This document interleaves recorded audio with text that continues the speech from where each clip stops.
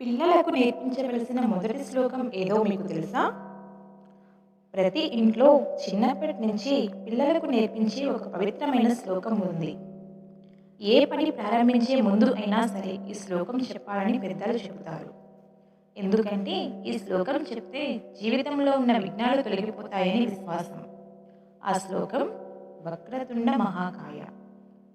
ఈ వీడియోలో మనం ఈ శ్లోకం అర్థం మరియు మహిమ గురించి తెలుసుకుందాం. శ్లోకం: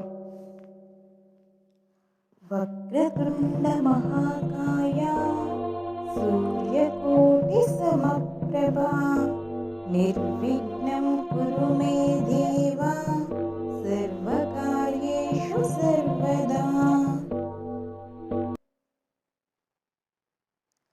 ఈ శ్లోకం అర్థం ఏమిటంటే, ఓ మహాగణపతి, కోటి సూర్యుల వంటి ప్రకాశం కలిగిన వాడా, నేను చేసే ప్రతి పనిలో ఉన్న విఘ్నాలను తొలగించి విజయాన్ని ప్రసాదించు అని. గణపతిని విఘ్నేశ్వరుడు అని పిలుస్తారు. అంటే మన జీవితంలో ఉన్న విఘ్నాలను తొలగించే దేవుడు.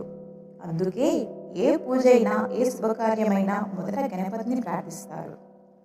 వక్రతుండ మహాకాయ శ్లోకం భక్తితో చెప్పినప్పుడు మనసుకు శాంతి, ధైర్యం కలుగుతాయి.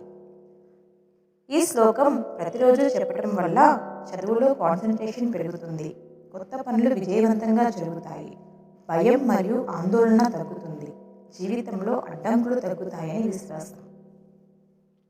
ఈ శ్లోకం మీరు ఉదయం లేవగానే, చదువు ప్రారంభించే ముందు, కొత్త పనులు మొదలుపెట్టే ముందు మరియు పూజా సమయంలో చెప్పవచ్చు. కాబట్టి రోజు భక్తితో వక్రతుండ మహాకాయ శ్లోకం చెప్పండి. గణపతి ఆశీస్సులతో మీ జీవితంలో విజయం, ఆనందం మరియు శుభ ఫలితాలు కలుగుతాయి. జై గణపతి బప్పా మోరియా.